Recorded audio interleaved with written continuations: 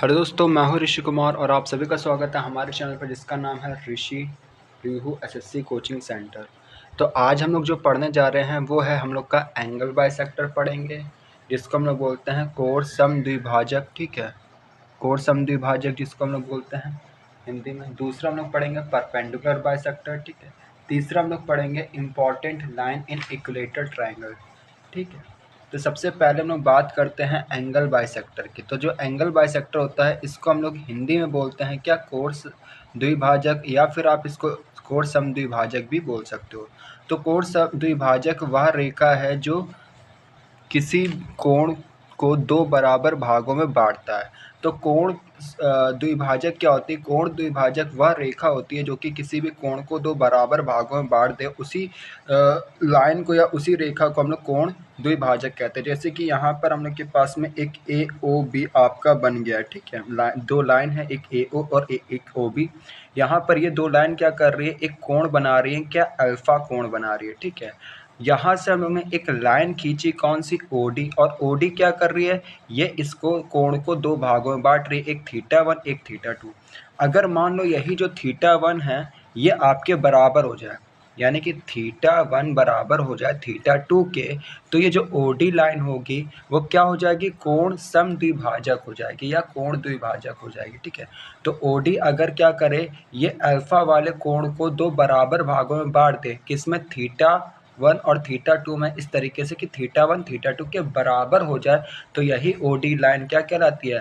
कोण द्विभाजक कहलाएगी। ठीक है, ओडी एक कोण द्विभाजक है जो कि कोण अल्फा को दो बराबर कोण θ1 और θ2 में बांट रही है, यानी कि θ1 और θ2 क्या है? बराबर है, इक्वल हैं। ठीक है, इस तरीके से। अब हम लोग बात करते हैं कोण समद्विभाजक की विशेषताएं क्या होती हैं। ठीक है, उस चीज़ के बारे में। तो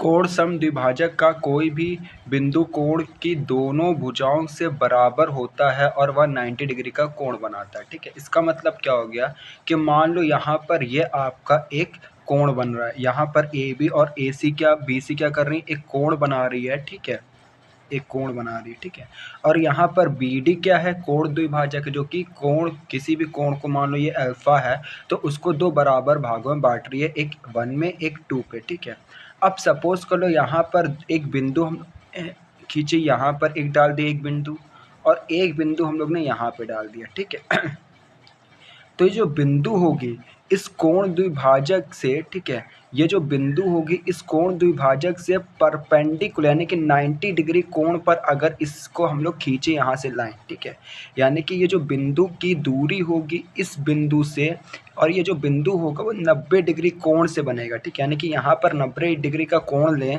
और इस कोण के हिसाब से एक रेखा खींच दें इस लाइन पे, यानी कि बी डी, यानी कि कोण द्विभाजक वाली रेखा पर 90 डिग्री कोण से एक लाइन डाल दें। ठीक है, तो ये जो लाइन होगी और इस बिंदु से 90 डिग्री कोण पर हम लोग इस बिंदु तक का रेखा खींच दें। ठीक है, और तो ये जो रेखा होगी, ये जो रेखा होगी वो क्या होगी? बराबर होगी। कहने का मतलब क्या हो गया कि जो ई ओ होगा वो ओ एफ के बराबर होगा, कि जो ई ओ होगा वो ओ एफ के बराबर होगा। ठीक है, यानी कि कहने का मतलब क्या हो गया कि अगर कोई भी बिंदु जो होती हैं, ठीक है, कोण द्विभाजक से अगर वो 90 डिग्री के कोण से एक रेखा बनाए, ठीक है, कोण द्विभाजक के साथ में 90 डिग्री से अगर कोई रेखा बनाती है तो वो जो रेखाओं की दूरी होगी वो आपकी क्या होगी? बराबर होगी, यानी कि ई ओ जो होगा वो ओ एफ के बराबर हो जाएगा। ठीक है, पढ़ाई ई ओ जो होगा वो ओ एफ के बराबर हो जाएगा। ठीक है, अच्छा, यहाँ पर ई ओ आपका ओ एफ के बराबर कब होगा? जब यहाँ पर कोण आपका 90 डिग्री का बनेगा। ठीक है, और ये बिंदु दोनों जगह पे होंगे। ठीक है, तो ये पहली विशेषता हो गई। ठीक है, दूसरी विशेषता क्या हो जाती है? अगर किसी भी त्रिभुज ए बी सी के तीन कोण द्विभाजक बनाए, ए बी सी से तीन कोण समद्विभाजक बनाए जाए तो वह एक दूसरे को कट करके निकल जाएगी, और उसकी वजह से जो बिंदु होगा उस बिंदु से तीन भुजाओं की लंबाई बराबर होती है। ठीक है, मतलब कहने का क्या है कि यहाँ पर मान लो एक त्रिभुज हो गया। ठीक है, ये त्रिभुज है। यहाँ से हम लोग ने एक कोण द्विभाजक बना दिया क्या, ए एफ। तो ए एफ क्या है, एक कोण द्विभाजक हो गया। दूसरा कोण द्विभाजक हम लोग ने बना दिया बी डी, बी डी भी क्या है, कोण द्विभाजक पड़ा है। तीसरा कोण द्विभाजक क्या बना दिया हम लोग ने, सीई, सीई भी क्या है, कोण द्विभाजक। अब ये क्या कर रही हैं, ये एक दूसरे को काट करके निकल रही है, ठीक है। और किस बिंदु पे काट रही है एक दूसरे को, बिंदु ओ पे, बिंदु ओ पे। तो ये जो बिंदु ओ पे एक दूसरे को काट रही हैं, तो यहाँ से ये वाली डिस्टेंस, यहाँ से ये वाली रेखा की दूरी और यहाँ से ये वाली रेखा की दूरी, ये तीनों क्या होंगी, बराबर होंगी। तो यानी कि कहने का मतलब क्या है कि जो ओ ई होगा वो किसके बराबर हो जाएगा, ओ डी के। और ये किसके बराबर हो जाएगा, ओ ई और ओ डी जो होगा वो ओ एफ के बराबर हो जाएगा, ठीक है। कहने का मतलब ये है कि जो ओ ई होगा वो ओ डी के बराबर हो जाएगा और ये आपका ओ एफ के बराबर हो जाएगा, ठीक है। फिर क्या है आपका, और यदि तीनों भुजाओं की, और अगर हम लोग बात करें, यही जो आपका है, ठीक है, यहाँ पर हम लोग ने जाना क्या कि जो ओ ई होगा वो आपका ओ एफ के बराबर हो जाएगा, और ओ एफ जो होगा, और ओ ई आपका ओ एफ के बराबर, और जो ओ एफ होगा वो ओ डी के बराबर हो जाएगा।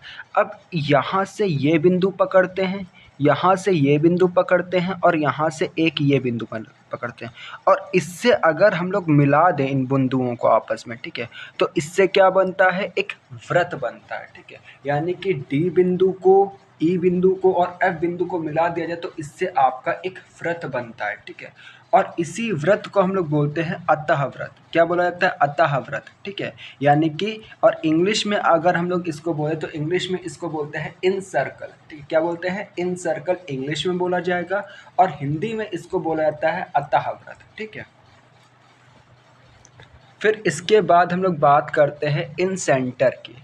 तो यही जो आपका ये आपका जहाँ पर आपका जो कोण द्विभाजक एक दूसरे को, किसी भी त्रिभुज के जो कोण द्विभाजक एक दूसरे को काट करके निकलते हैं, वही आपका जिस पॉइंट पर काट करके या जिस बिंदु पर काट करके निकलते हैं उसी बिंदु को हम लोग बोलते हैं क्या, अतः केंद्र। क्या बोलते हैं, अतः केंद्र। और इसको इंग्लिश में बोलते हैं इन सेंटर। क्या बोलते हैं इंग्लिश में, इन सेंटर बोलते हैं, ठीक है। अब अगर हम लोग बात करें तो यहाँ पर आप देख सकते हो एक त्रिभुज है आपका ए बी सी। अब ए बी सी एक त्रिभुज हो गया, और ए एफ आपका एक कोण द्विभाजक हो गया, बी डी आपका एक कोण द्विभाजक हो गया, सी एफ आपका एक कोण द्विभाजक हो गया, ठीक है। और ये एक दूसरे को कहाँ पर कट करके निकल रहे हैं, बिंदु ओ पे कट करके निकल रहे हैं, ठीक है। ये एक दूसरे को बिंदु ओ पे कट करके निकल रहे हैं। तो ये जो बिंदु ओ होगा वो क्या हो जाएगा, अतः केंद्र हो जाएगा, जिसको इंग्लिश में हम लोग इन सेंटर बोलेंगे, ठीक है। अब हम लोग बात करते हैं कुछ फार्मूला की, ठीक है। अतः केंद्र के लिए कुछ फार्मूला होते हैं, उसके बारे में बात करते हैं, ठीक है। तो आपका यहाँ पर सपोज कर लो हम लोग के पास में एक ट्रायंगल है ए बी सी, ठीक है। ए बी सी का यहाँ पर ये जो बी ओ है, बी ओ, या फिर आप इसको और भी बड़ा कर सकते हो, ठीक है, लेकिन हम बड़ा करेंगे नहीं, ठीक है, क्योंकि फार्मूला यहीं तक का डिज़ाइन करा गया, ठीक है। बी ओ जो होगा वो आपका क्या है, कोण द्विभाजक है। क्या बोलते हैं इसको, कोण द्विभाजक, ठीक है। और सी ओ क्या है, ये भी आपका कोण द्विभाजक है, ठीक है। तो अगर ये आपका क्या है, इंटरनल, यानी कि अतः कोण द्विभाजक है। कैसा है, अतः कोण द्विभाजक।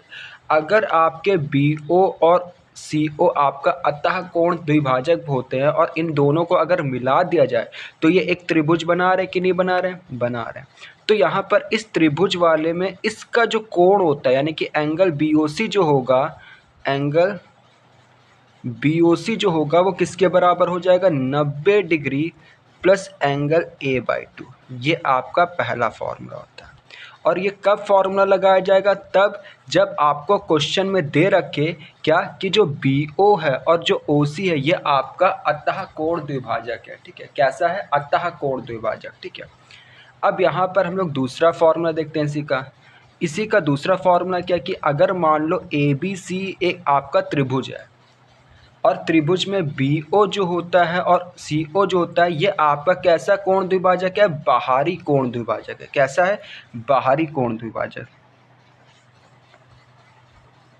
बाहरी कोण द्विभाजक।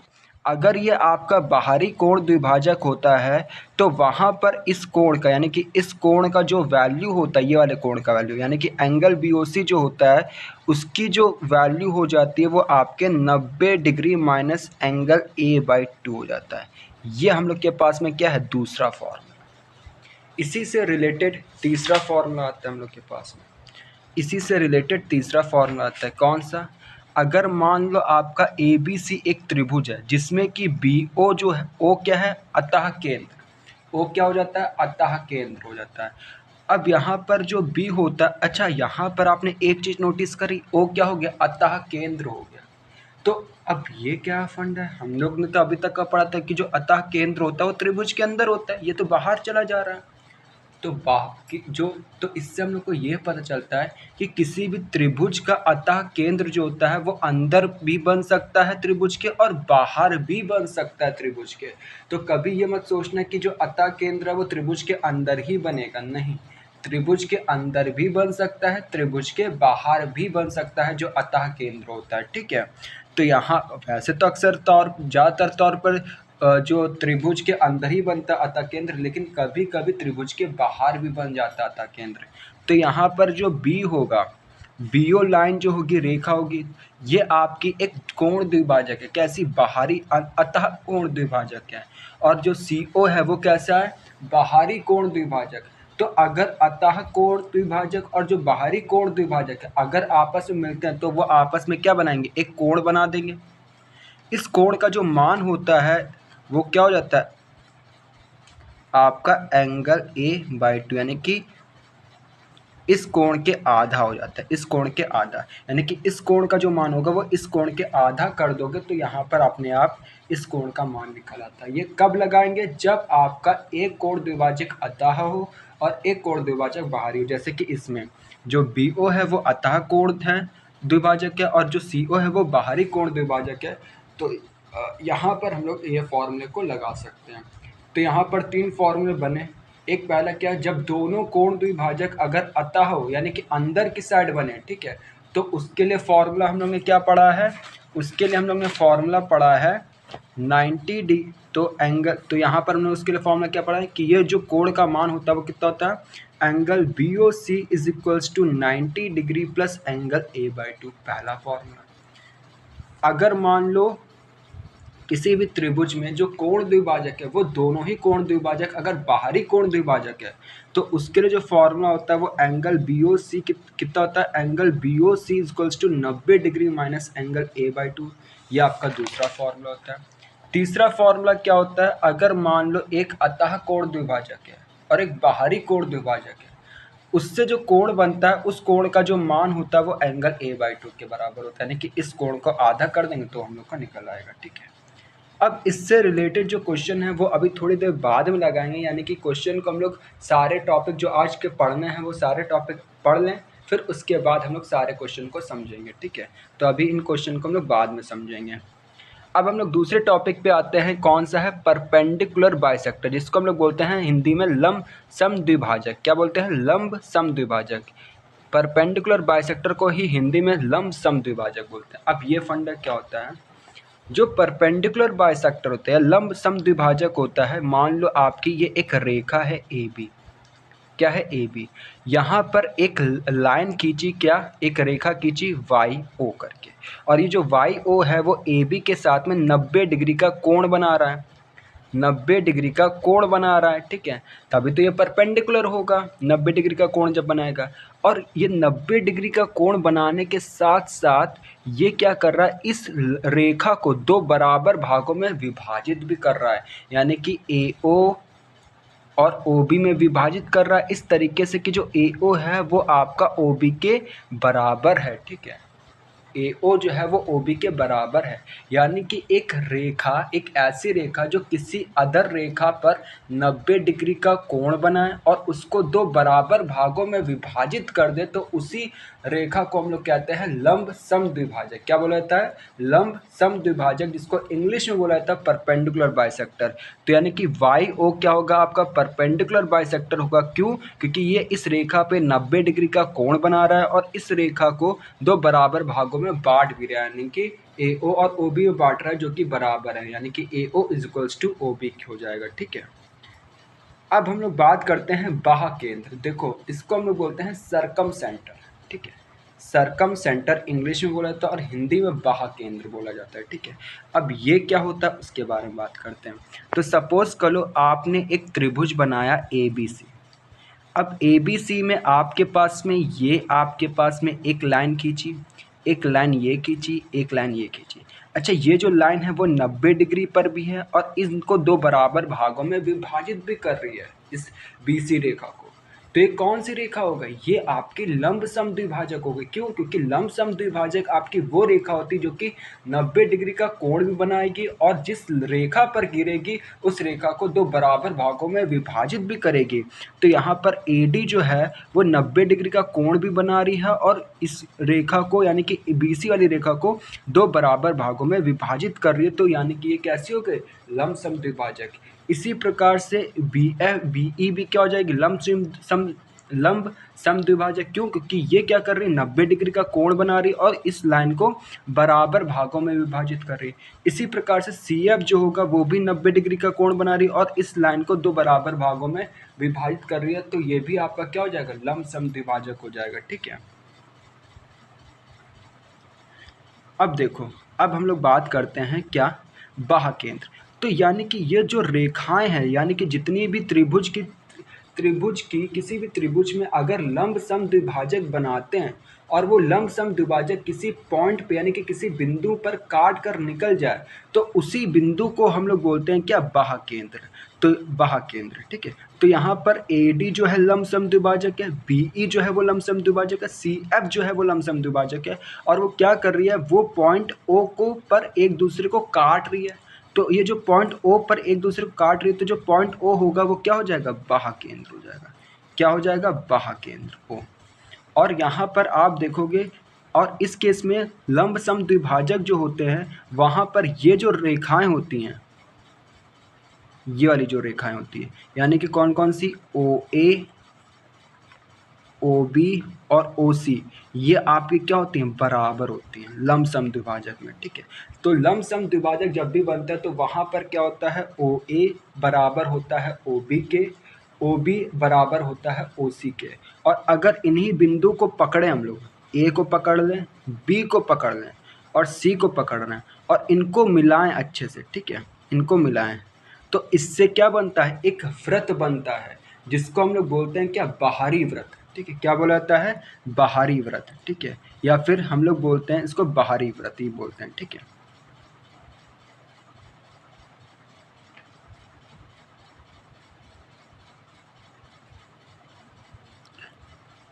ठीक है, अब हम लोग बोलते हैं, अब जैसे कि मान लो यहाँ पर अब हम लोग बात करते हैं फॉर्मूला वगैरह की। ठीक है, तो इससे भी रिलेवेंट कुछ फॉर्मूला होता है उसको हम लोग पढ़ते हैं। ठीक है, तो यहाँ पर हम लोग के पास त्रिभुज ABC हो गया, ABC हो गया। अब यहाँ पर P जो होगा वो बाह्य केंद्र हो जाएगा। अगर P बाह्य केंद्र हो गया यानी कि जो AP है, BP है, CP है वो क्या है? लंब समद्विभाजक है। अगर ये लंब समद्विभाजक हुए हैं तो क्या हो जाएगा? AP बराबर BP के और BP बराबर PC के बराबर हो जाएगा। क्यों? क्योंकि होता ही है ये लंब समद्विभाजक में कि जो AP होता है वो BP के बराबर, BP जो होता है वो PC के बराबर। और अगर इन्हीं पॉइंट को पकड़े या इन बिंदु को पकड़ें तो इन्हीं से अगर एक व्रत बनाए तो इसी व्रत को हम लोग कहते हैं क्या? बाहरी व्रत या बाह्य व्रत भी बोला जाता है। ठीक है, यहाँ पर फॉर्मूला क्या होता है? यहाँ पर फॉर्मूला होता है कि अगर मान लो ये थीटा एंगल है, ठीक है, तो यहाँ पर ये जो लंब समद्विभाजक वाला ये वाला जो कोण होता है वो किसके बराबर होता है? इसके दुगना हो जाता है। ठीक है, यानी कि कहने का मतलब क्या हुआ? जो एंगल BPC होगा वो ट्वाइस हो जाएगा किसके? एंगल A के, या फिर एंगल P जो होगा वो ट्वाइस होगा एंगल A के। क्यों? क्योंकि हमने बताया था कि जो एंगल BPC को हम लोग क्या लिख सकते हैं? एंगल P भी लिख सकते हैं। कैसे?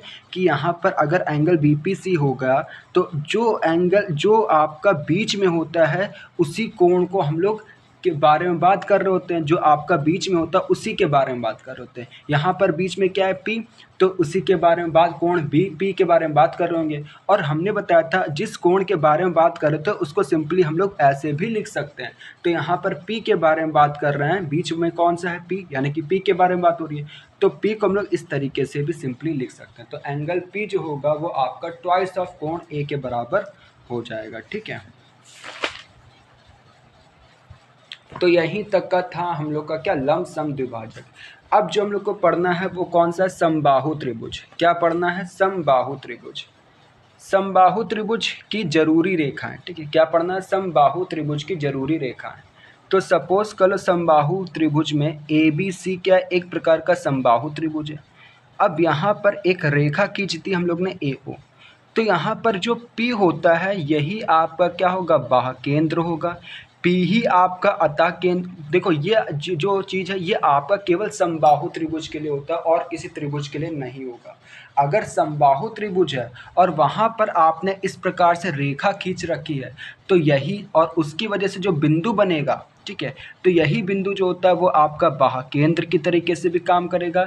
यही बिंदु आपका अतः केंद्र भी कहलाएगा, यही बिंदु आपका लंब केंद्र भी कहलाएगा, यही बिंदु आपका केंद्रक भी कहलाएगा। यही जो लाइन होती, रेखा होती है, ये आपकी मीडियन भी होगी यानी कि माध्यिका भी कहलाएगी। यही लाइन आपकी एल्टीट्यूड भी होगी, यही लाइन आपका कोण द्विभाजक का भी काम करेगा, और यही लाइन जो होगी या यही रेखा जो होगी हम लोग की वो लंब सम द्विभाजक का भी काम करेगा। यानी कि कहने का मतलब क्या हुआ, ये 90 डिग्री का कोण भी बनाएगा, ये इसको दो बराबर भागों में बांटेगा यानी कि जो BO होगा वो OC के बराबर भी होगा।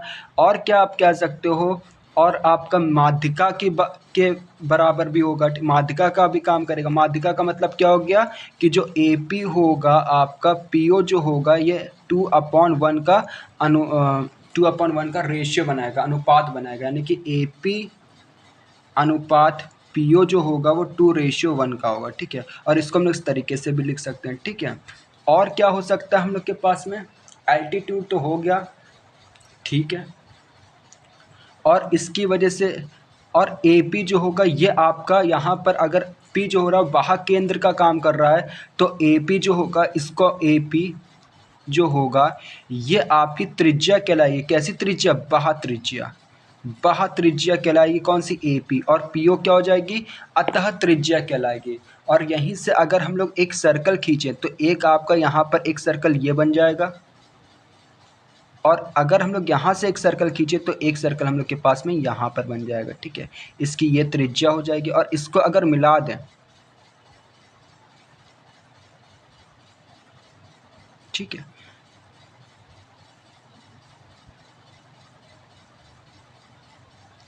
तो यहाँ पर क्या हो जाएगा, यहाँ पर आपका OP बराबर हो जाएगा OE बराबर हो जाएगा OF के, ये भी होगा, और आपका AP बराबर हो जाएगा BP बराबर हो जाएगा PC के। ये आपका वृत्त हो जाएगा, बाह्य वृत्त भी होगा, और ये आपका अतः वृत्त, अंदर का जो होगा अतः वृत्त भी बनाएगा। लेकिन ये सारी चीज़ें कब होंगी, जब आपका ABC कैसा हो, समबाहु त्रिभुज। अगर कोई और त्रिभुज होगा तो कभी नहीं हो सकती। अगर समबाहु त्रिभुज होगा तो सारी चीजें हो जाएंगी। ठीक है, अब इससे भी रिलेटेड कुछ क्वेश्चन हैं जो कि हम लोग बाद में देखेंगे। ठीक है, अब हम लोग बात करते हैं relation between area in radius और सरकम रेडियस। इन रेडियस को हम लोग क्या बोलते हैं, अतः त्रिज्या, और सरकम रेडियस को क्या बोला जाता है हिंदी में, बाह्य त्रिज्या। ठीक है, और एरिया को तो पता ही है, क्षेत्रफल जिसे हम लोग बोलते हैं हिंदी में। ठीक है, तो अब सपोज करो सबसे पहले हम बात करते हैं इन रेडियस। अतः त्रिज्या कब बनती है, जब किसी भी त्रिभुज के अंदर एक वृत्त बने, और तो उस वृत्त की जो त्रिज्या कहलाती है उसको हम लोग बोलते हैं इन रेडियस, या फिर हिंदी में बोल सकते हैं इसको अतः त्रिज्या। ठीक है, तो यहाँ पर आपके पास में जो R होगा वो कैसा हो जाएगा, R इज इक्वल्स टू, तो यहाँ पर हम लोग के पास में एक त्रिभुज बना है ABC। ठीक है, और इससे हम लोग ने ये बना लिया गोला। ठीक है, फिर यहाँ पर ये आपकी क्या हो जाएगी, R क्या हो जाएगी आपकी, इन रेडियस, या फिर कहाँ, अरे अभी चुप रहो, भी दिख रही हो वीडियो बना। तो यहाँ पर जो R होगा वो क्या हो जाएगी, अतः त्रिज्या हो जाएगी। ठीक है, अब यहाँ पर इसके लिए एक फॉर्मूला बनता है ट्रायंगल ए बी सी, यानी कि जो ए बी सी का क्षेत्रफल होगा वो किसके बराबर हो जाएगा, आर इंटू एस के, जहाँ पर आर क्या होती है, त्रिज्या, ये वाली जो रेडियस होती है इन रेडियस, और एस क्या होता है, एस आपका सेमी पेरीमीटर हो जाता है, ठीक है। और इसकी जो वैल्यू होती है वो किसके बराबर होती है, ए बी की लंबाई निकाल लो, बी सी की लंबाई निकाल लो, ए सी की लंबाई निकाल लो और उसका आधा कर दो, ठीक है, यानी कि A B plus B C plus C A उसका आधा कर देंगे तो आपका एस निकल आ जाएगा, ठीक है। फिर इसके बाद हम लोग बात करते हैं बाह्य त्रिज्या की, बाह्य केंद्र या बाह्य त्रिज्या की, सरकम रेडियस जिसको हम लोग इंग्लिश में बोलते हैं। बाह्य त्रिज्या कब बनती है, जब हम लोग के पास में किसी त्रिभुज के बाहर अगर कोई वृत्त बना, यानी कि किसी वृत्त के अंदर त्रिभुज बने, ठीक है, तो उससे जो वृत्त बनता है उसको बाह्यवृत्त बोलते हैं और उसकी जो त्रिज्या होती है उसको बाह्य त्रिज्या बोलते हैं, ठीक है। तो यहाँ पर ये जो आर होगी वो आपकी बाह्य त्रिज्या हो जाएगी, ठीक है। और यहाँ पर क्या हो जाएगा, ये जो होगा एरिया ऑफ, और इसका जो क्षेत्रफल होगा यानी कि area of triangle A B C, यानी कि ए बी सी का जो क्षेत्रफल होगा वो किसके बराबर हो जाएगा, ए इंटू बी इंटू सी। यहाँ पर ए बी क्या है, ए इसकी लंबाई हो गई, बी इसकी लंबाई हो गई, सी इसकी लंबाई हो गई, ठीक है। तो ए इंटू बी इंटू सी यानी कि इन तीनों की लंबाई हो गई अपॉन 4r, ठीक है। आर क्या हो गया, बाह्य त्रिज्या, ये इसका फॉर्मूला होता है, ठीक है, ये इसका फॉर्मूला होता है बाह्य त्रिज्या। तो इसी के साथ हम लोग के जितने भी कॉन्सेप्ट थे जो कि आज हम लोग को पढ़ाने थे वो सारे के सारे ख़त्म होते हैं। अब इसके बाद अगर हम लोग बात करें तो दो छोटे छोटे कॉन्सेप्ट और बचे हैं रेडियस में, जिस ज्योमेट्री में, जिसको हम लोग बोलते हैं, एक तो आपका बचा हुआ है पॉलीगॉन वगैरह या और स्क्वायर हो गया, रेक्टेंगल हो गया, ये सब बचा हुआ है। बाकी वो अगले टाइम पे हम लोग का ख़त्म हो जाएगा। फिर उसके बाद एक और टॉपिक बचेगा वृत्त, उसके अगले दिन में ख़त्म हो जाएगा, यानी कि 2 दिन अभी और लगेंगे और ज्योमेट्री हम लोग की पूरी ख़त्म हो जाएगी। फिर उसके बाद 3 दिन और देंगे, 3-4 दिन और देंगे, जिससे कि हम लोग 3-4 दिन में हम लोग जो होगा वो एसएससी में जो पूछे गए क्वेश्चन है प्रीवियस ईयर, यानी कि पिछले 2016 से लेकर 2022 में जितने भी तो नहीं बोल सकते, 2016 में 2022 तक का ज़्यादातर क्वेश्चन हम लोग लगाने की कोशिश करेंगे, ठीक है, जो पूछे गए, ठीक है। तो एक आइडिया मिल जाएगा कि किस किस प्रकार के क्वेश्चन यहाँ पर हम लोग के आते हैं, वो सारे लगाएंगे, ठीक है। और फिर एक और होगा जिसमें कि प्रैक्टिस क्वेश्चन सेट होगा, वो हम लोग ख़त्म करेंगे, ठीक है। तो इस वीडियो में केवल इतना ही। आई होप आपको हमारी वीडियो पसंद है, अगर पसंद है तो प्लीज़ लाइक करेगा, सब्सक्राइब करेगा और बेल आइकन दबाना ना भूलेगा हमारे लेटेस्ट वीडियोस की नोटिफिकेशन को पाने के लिए।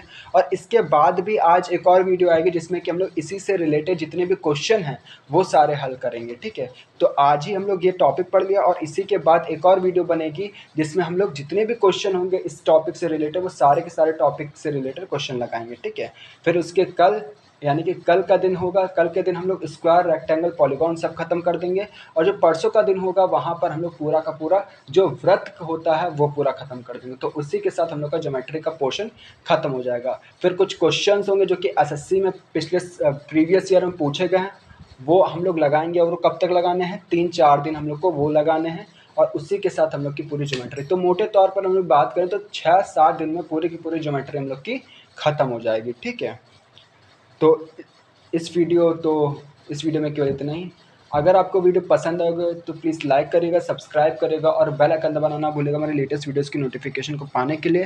Have a good day, sayonara.